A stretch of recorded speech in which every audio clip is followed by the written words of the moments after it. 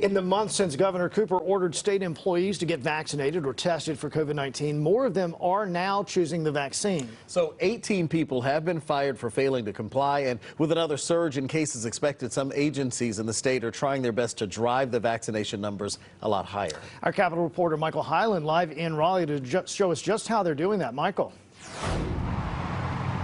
Well, since September, when that order took effect, the data shows the state is making progress, but some agencies like prisons are still lagging behind as the Omicron variant is spreading.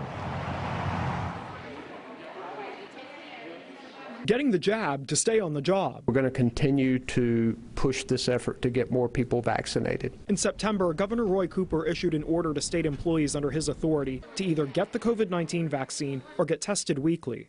As of this month, just over 76% of employees have gotten the shots, compared to 60% when Cooper issued the order. The vast majority of them are in compliance with the executive order. The Department of Health and Human Services mandated the vaccine for employees in state-run health facilities, firing 16 of them in September out of nearly 10,000 workers.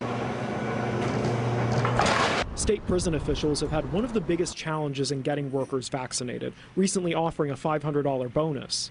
Prisons are part of the Department of Public Safety, where about 67% of workers are fully vaccinated, up from 53% in September. I think the prisons are one of the toughest places at the end of the day to achieve the numbers we want to. As Omicron spreads, Cooper is now urging people to get the booster shot. The CDC is looking at whether the definition of fully vaccinated will mean 3 shots instead of just 2. I do anticipate over time that the definition of fully vaccinated will change. It has not yet. There will be a lot of talk about that in the next, in the next month, because we're going to be coming out of a holiday again.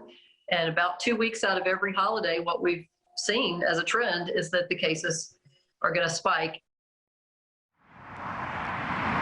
The 18 employees who were fired for failing to comply with Cooper's order are out of more than 53,000 who are subject to it.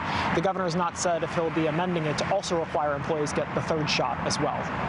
Live in Raleigh, Michael Hyland, CBS 17 News. All right, Michael, thanks very much.